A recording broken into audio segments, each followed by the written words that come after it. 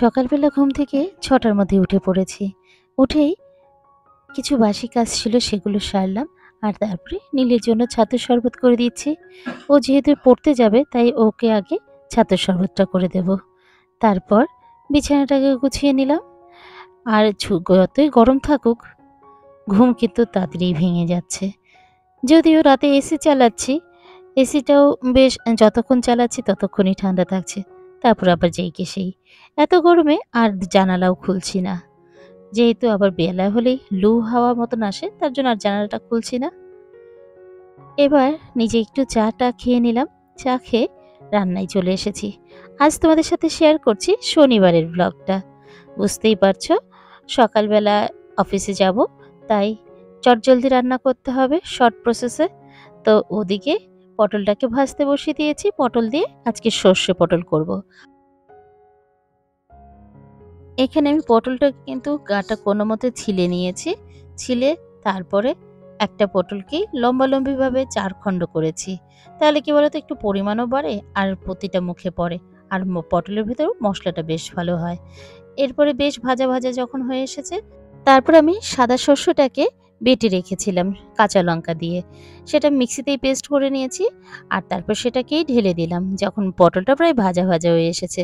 তারপর নুন, মিষ্টি আর কাঁচা লঙ্কা দিয়ে নিলেই আমার রেডি হয়ে গেল পটল পোস্ত। এটা হতে হতে এদিকে দেওরের জন্য ভাতটা গরম করব, যেটা কালকে ছিল। ও যেহেতু তাড়াতাড়ি বেরোবে অফিসের জন্য, তাই ওকে ভাত আর সর্ষে পটল দিয়ে ভাত দিয়ে দেব। বেশ কিন্তু ভালো লাগে। এইভাবে করে দেখো, এই গরমে হালকা পাতলা করলে খারাপ লাগে না। আর ওদিকে বিট আর আলু ভাজা বসিয়ে দেব। সেটাকে ভেজে নিয়েছি, এটা ডালের সাথে খাওয়া যাবে। যদিও বিটটা অনেক দিনের আগের হয়ে গেছে, তো যার জন্য একটু শক্ত শক্ত রয়েছে। পরে বুঝতে পারলাম, কিন্তু কি করা যাবে, রান্না তো করেছি, খেতেই হবে। সকালবেলা অফিসে যাওয়ার সময় আমার কাছে কিন্তু কোনো গ্যাসই বন্ধ থাকে না। একবার এটা বসাচ্ছি, একবার ওটা বসাচ্ছি। দেখে নিশ্চয়ই বুঝতে পারছো ১ ঘন্টা থেকে ১.৫ ঘন্টার মধ্যে রান্না কমপ্লিট করতে হয়। তার মধ্যে ঘর মোছা থাকে, বাসন মাজা থাকে, সমস্ত কাজই থাকে। যাই হোক, তোমাদের সাথে কথা বলতে বলতে কিন্তু আজকে আম দিয়ে টক ডাল করছি। আজকে ডালটা মটর ডাল ব্যবহার করেছি। এই মটর ডাল দিয়ে খেতে না টক ডাল বেশ ভালো লাগে। খেয়ে দেখবে একবার। তারপর সমস্ত কিছু গুছিয়ে নিয়ে সমস্ত ঘরের কাজ করে নিয়ে বেরিয়ে পড়লাম। যদিও আমার হাজবেন্ড আজকে বাড়িতেই আছে, ও বাকিটা দেখে নেবে। গুড মর্নিং, আমি রিঙ্কু। আমার এই রিঙ্কু তুলে ব্লগার চ্যানেলে সবাইকে ওয়েলকাম। কেমন আছো? আশা করছি নিশ্চয়ই ভালো আছো। আর আমিও বেশ ভালো আছি। তোমাদের সাথে করে নিয়ে আজকের ব্লগটা শুরু করেছিলাম। হচ্ছে শনিবার, আর আজকে একটু তুলনামূলক রোদের তাপটা একটু কম আছে, হাওয়াও আছে সাথে। বলেছিল তো রবিবারে বৃষ্টি হবে, তো সেই অপেক্ষায় আছি। দেখা যাক বৃষ্টি হয় কি না। চলো দেখতে থাকো বাকিটুকু। ভালো লাগলে একটা লাইক, একটা কমেন্ট এবং শেয়ার করে দিও তোমাদের বন্ধুদের মধ্যে। আর তুমি যদি আমার চ্যানেলের নতুন বন্ধু হও, সাবস্ক্রাইব করে আমার পাশে থেকো। চলো এবার অফিসে ঢুকে পড়বো, আবারও তোমাদের সাথে কথা বলবো বিকেল 5:30টার পর। চলো ততক্ষণ অবধি তোমরা দেখতে থাকো বাকি কিছু।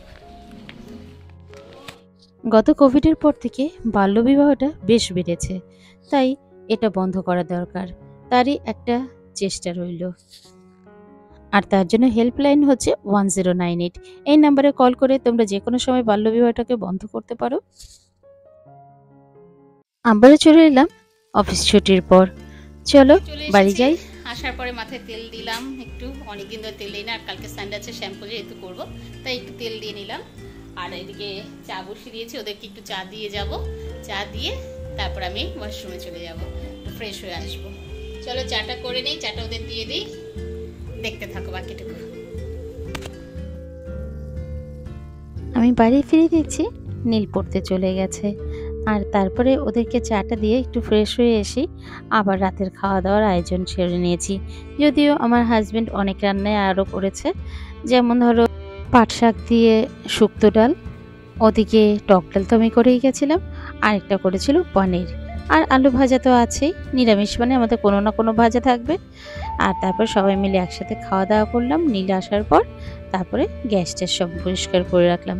এই রাত্রেবেলা যদি ঘর বাড়ি পরিষ্কার থাকে না, মনটা কিন্তু বেশ ভালো থাকে। রান্না হয়েছিল, পনির করলো পরে, কিন্তু একটারও ছবি তুলতে আর মনে নেই, ভুলে গেছি। যাই হোক, রান্না হলো পনির আর পটল দিয়ে করেছিলাম সর্ষে দিয়ে টক ডাল, তারপরে পাট শাক দিয়ে ডাল, আর বাকিগুলো তো সবই দেখালাম। সেই দিয়ে মোটামুটি আজকে খাওয়া হলো। তারপর রান্নার ঘরে কাজ সারলাম, চলো সেগুলো একটু দেখিয়ে দিলাম। আর নতুন করে আর কিছু বলার নেই, তবে কেমন লাগলো অবশ্যই কিন্তু কমেন্ট করো। তোমরা কমেন্ট করলে আমাদের না কাজ করার ইচ্ছেটা আরও বেড়ে যায়। আর পারলে পুরোটা দেখো, একদমই ওয়াচ টাইম হচ্ছে না, ফুলফিল হচ্ছে না, খুব কম ওয়াচ টাইম হচ্ছে। তো সেটা যদি একটু তোমরা দেখো পুরোটা, তাহলে আমার ওয়াচ টাইমটা আমার ফুলফিল হবে। এখনও অনেকটা দূরে আছি আমি, অনেক অনেক দূরে, প্রায় 1 বছর হতে চললো, এখনও অবধি কাছাকাছিও পৌঁছাতে পারিনি। কাজে তোমাদের কাছে রিকোয়েস্ট করবো, সেই তোমরা তো দেখছোই, আর একটু বেশি দেখো, মিনিমাম 5 মিনিট করে দেখো, তাতেও আমার অনেকটা এগোবে। প্লিজ প্লিজ প্লিজ, চলো আর বলবো না। খাওয়া দিচ্ছে বলে এই দিকটা আরও আসলাম। আর এটা দেখো সেই স্নেক প্ল্যান্টটা, যেটা একটুখানি আমি এনেছিলাম, সেটা আজকে বেশ কিন্তু পাতা ছেড়েছে এবং সাইড দিয়ে নতুন নতুন পাতাও গজিয়েছে। দেখে কিন্তু বেশ ভালো লাগছে।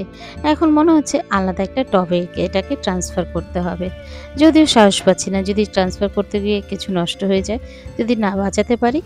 যাই হোক, দেখো হাওয়াটা এখনই যে আমি ভিডিও করতে আসলাম, হাওয়াটা কিন্তু বন্ধ হয়ে গেল। যেতে যেতে একটা প্যারেন্টিং কনসালটেন্টের কিছু অংশ তোমাদের সাথে শেয়ার করতে চাই। প্লিজ প্লিজ শোনো একটু মন দিয়ে। বলা হয়েছে কারণ মোবাইল অ্যাডিকশন বা মোবাইল দেখলে ডোপামিন, হাই লেভেলের ডোপামিন সিক্রেট হয় ব্রেন থেকে। পড়াশুনো হচ্ছে একদম লো ইন্টারেস্টিং একটা কাজ, এবং পড়াশোনা করতে গিয়ে গরু গাধা ছাগল ভেড়া সব শুনতে হয় বড়দের কাছ থেকে, বাবা মার কাছ থেকে।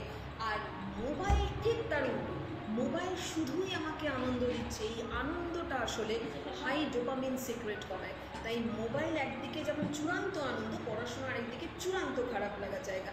এইখানে যদি অ্যাডোলেসেন্টের ছেলেমেয়ে হয়, বোঝাতে হবে যে মোবাইলটা একটা অ্যাডিকশন। এই মোবাইল থেকে ওদের দূর করার জন্য প্রথমত হচ্ছে ওদের অল্টারনেটিভ একটা কাজ করাতে হবে। অল্টারনেটিভ ওদের ভালো লাগার কাজের মধ্যে যুক্ত করতে হবে। গান বাজনা, ফুটবল, ক্রিকেট, যার যেটা হবি আছে সেটার মধ্যে ওদেরকে আগে ওদের টাইমটাকে ইনভেস্ট করতে হবে, first of all. Second thing হচ্ছে, বাচ্চারা কেন মোবাইল দেখে? কারণ আমরা মনে করি আচ্ছা বোর হচ্ছে, একটু দেখে নিই, বোর হোক, বাচ্চারা বোর হোক। আমরাও বোর হতাম, কিন্তু তখন এই যন্ত্রটা আমাদের ছিল না। আমরা বোর হতাম বলে আমরা কিন্তু মায়ের শাড়ি খুলে নিয়ে আমরা নাচ করতাম। আমরা মনে আছে মা এখনো বলে, আমরা 3 বোন মায়ের 3টে শাড়ি নিয়ে ঘর ওলট পালট করে দিতাম। সেইভাবে ক্রিয়েটিভিটি আসে। বাচ্চা বোর হলে আমরা খারাপ ফিল করি, আরে একটু বোর হচ্ছে, ঠিক আছে বাবা মোবাইল দেখ। আরে বাবা মোবাইল আজকে দেখবে, কালকে ওই মোবাইল ওকে দেখবে। এই যে আমরা না বুঝে একটা জিনিস দিয়ে ফেলছি, তারপরে উইথড্র করতে যারা এখনও বাচ্চাদের মোবাইল দেননি, আমি রিকোয়েস্ট করছি দয়া করে আপনারা বাচ্চাদেরকে মোবাইল দেবেন না। অনলাইন ক্লাস যদি সেরকমভাবে গুরুত্বপূর্ণ, অনলাইন ক্লাসে পরে মোবাইলটা নিয়ে নেবেন। আর দ্বিতীয়ত হচ্ছে অফলাইন টিচার দেখবেন, অনলাইনে যারা পড়ান তাদেরকে বাতিল করুন, পরিষ্কার কথা। অনলাইনে কোনো টিচার বড় না হলে, ছেলেমেয়ে যদি বড় না হয়, তাদের যদি ইনসাইট না থাকে, তারা যদি অ্যাডিকশনে পড়ে যায়, তাহলে কিন্তু কোনোভাবেই মোবাইল তাদের হাতে আর দেবেন না। এরপর হলো মোবাইলটা যে ছাড়তে পারছে না। আমার কাছে একটি ছেলের সেশন কাউন্সিলিং হয়, একটা সেশন করে, ও যে মোবাইলটা ছাড়তে পারছে না, সেটার জন্য ওকে সাপোর্ট করুন। বাবা বুঝতে পারছি তোর কষ্ট হচ্ছে, আচ্ছা দেখ না এইভাবে হয় কিনা, আচ্ছা মোবাইলটা একদম সুইচ অফ করে দে না, একটু আলোচনা করুন। কারণ আপনি যখন ওর হাত থেকে কেড়ে নিচ্ছেন, আপনি যখন ওর থেকে প্রোটেস্ট করছেন, চিৎকার করছেন, এই তুই শুরু করে দিলি মোবাইল নেওয়া, ও কিন্তু ইরিটেশন আরও বেশি করছে সেটা। কিন্তু যদি ওর সামনে গিয়ে বসে, আমি বুঝতে পারছি তোর কষ্ট হচ্ছে, মোবাইলটা খুব এন্টারটেনিং হয়, কিন্তু একটু পড়ে বসে না, তারপরে মোবাইলটা দেখ, 3 ঘন্টা বা 2 ঘন্টা পড়ে নি, তারপর তুই 8 ঘন্টার জন্য দেখ। সারাদিনে কোনো একটি বাচ্চার 20 মিনিট 25 মিনিট মোবাইল দেখলেও কিন্তু হাই ডোপামিন সিক্রেট করে। তাই বুঝুন মোবাইলটা ওদের কাছে এন্টারটেনিং, এবং মোবাইল বকতে আসে না, মোবাইল ওদের কনফিডেন্স নষ্ট করে না, মোবাইল ওদেরকে দুঃখ দেয় না, মোবাইল শুধুই আনন্দ দেয়। তাই ওটা অ্যাডিকশন অনেক বেশি। চেষ্টা করুন এইগুলোকে, ওর টাইমটা পড়াশোনার বাইরেও কী করবে। আরেকটা ব্যাপার হচ্ছে, আমরা বাবা মারা বাচ্চাদের সাথে গল্প করি না। আমরা কী করি, বাচ্চাদেরকে যখন খেতে বসি, ডাইনিং টেবিলে বসি, তখনও বাচ্চাদেরকে পড়াশোনার কথা বলি, টিচারের কথা বলি, কোচিংয়ের কথা বলি। কেন অন্য কোনো গল্প করি না? বাবা মার প্রতি ইনভলভমেন্ট নেই। আমি একটি প্রায় 17 বছর ছেলেকে বলেছিলাম যে একসাথে ডিনার করো না, সারাদিন বাবা মা থাকে না, ডিনার ডিনার করতে বসেই তো প্রথম কথা হচ্ছে সায়েন্সের টিচার কী বললো, ম্যাথসের টিচার গত সপ্তাহে আসেনি, সেই ম্যাথসটাকে তুমি করেছো, টাকাগুলো এমনি দেওয়া হয়, এই গল্প শুনতে ম্যাম রাজি নই, আমার ঘরে মোবাইলও লাগে না, আমি একা একা খাবো। আপনাদের কিছু করার নেই, আমাদের বিহেভিয়ারটাও আমাদেরকে বুঝতে হবে। আমরা যখন ডিনার করছি, খাওয়া দাওয়া সংক্রান্ত গল্প হোক, ঘোরাফেরা সংক্রান্ত গল্প হোক, আমার নিজের কথা বলি, আমি যখন বহু বছর অবধি আমি আমার অফিসে আমার মেয়েকে নিয়ে যেতাম, মাঝে মাঝে ওকে নিয়ে যেতাম এই কারণে ও দেখুক মায়ের কাজের পরিবেশটা, ও দেখুক মা কতটা কষ্ট করে, সেরকম আমাদেরও বাচ্চাদেরকে বিশাল গল্প করতে হবে না আমরা কত স্যাক্রিফাইসিং ক্যারেক্টার, এইসব গল্প না, কিন্তু আমরা কী করছি, সারাদিন কেমন গেল, অফিসে বন্ধুবান্ধবদের আলোচনা, কিংবা বাড়িতে কী কী গল্প, ওরা বা ওকে ছোটো করা ছাড়া, ওর পড়াশুনো ছাড়া, রেজাল্ট ছাড়াও বাচ্চাদের সাথে আমাদের বহু রকম আলোচনা থাকে, এই একটা ব্যাপার। এরপরে হলো বাচ্চাদের, এগুলো কিন্তু প্রচুর যাদের প্রশ্ন এসেছিলো মোবাইলে, আমি সকলকে একসাথে উত্তর দিয়ে দিলাম। এরপরে হলো পড়াশোনায় মনোসংযোগ হয় না কেন, বা পড়াশোনা করতে চায় না কেন। প্রথমেই বললাম পড়াশোনাটা একটা হচ্ছে নন অ্যাট্রাকটিভ, এবং এই কাজটা করতে গেলে বারবার সমালোচনার মুখোমুখি আমাকে হতে হয়, তাই এই কাজটা করতে আমার ভালো লাগে না, আমি কখনো প্রেজ ফিল করি না। বাবা মা যখন, এটাও আমি দেখেছি যে ছেলে মেয়ে যখন 100 পাচ্ছে তখন বাবা মা খুশি, 99 পেলে, 98 পেলে বাবা মা মুখ ভার হয়ে যাচ্ছে। আমি এই নিয়ে ভিডিও করেছিলাম যে আমার ফার্স্ট ওয়ার্ডেই আমার জীবনের অপরাধ। তো ছেলে মেয়ে নিশ্চয়ই আমাদেরকে প্রাউড ফিল করাবে, কিন্তু তার মানে এই নয় যে কখনো আমরা যেমন প্রত্যেক সময় একই রকম রান্না করতে পারবো না, সার্ভিস দিতে পারবো না, ওরাও যে সারাক্ষণ একই রকম সার্ভিস দেবে এই এক্সপেকটেশনটা ওদের ভুল। তাই যখন ওরা খারাপ রেজাল্ট করবে বা একটু ডিটোরেট করবে, তখন পিকচার বলতে হয় ঠিক আছে ছাড় না, সামনেবার হয়ে যাবে। এই করতে করতে কি হয়, ওরা ভাবে যে আমি পড়াশুনোর একটা যন্ত্র, আমি রেজাল্ট ভালো করার যন্ত্র। বাবা মা আরেকটা বড় ব্যাপার হচ্ছে, শেষ করবো আজকে এটা বলি, আমরা সারাক্ষণ গ্লোরিফাই করি আমাদের স্যাক্রিফাইসকে। আমি বারবার বলি কোনো বাচ্চা পৃথিবীতে আসে না বড় স্কুলে ভর্তি করবে তবে পৃথিবীতে আসবো এই শর্ত দিয়ে, কোনো বাচ্চা আসে না। আমি বিশাল রেজাল্ট করবো, আমাকে করতে হবে, তোমরা আমাকে সেইভাবে টিচার দাও, 10টা টিচার দাও, বড় স্কুলে ভর্তি করো, লাখ লাখ টাকা খরচা করো আমার স্কুলের পেছনে, এই শর্ত দিয়ে কোনো বাচ্চা আসে না। আমরা আমাদের ইচ্ছেটা পূরণ করিয়ে দেবো করে। তাই চিন্তা করতে হবে যে আমরা যেন আমাদের বাচ্চাদের সাথে আমাদের একটা কানেকশান তৈরি করতে পারি। যখনই আমরা কানেকশান তৈরি করতে পারবো বাচ্চাদের সাথে, ওরা ফিল করবে যে বাবা মা আমার ভালোর জন্য কিছু চাইছে। আজকে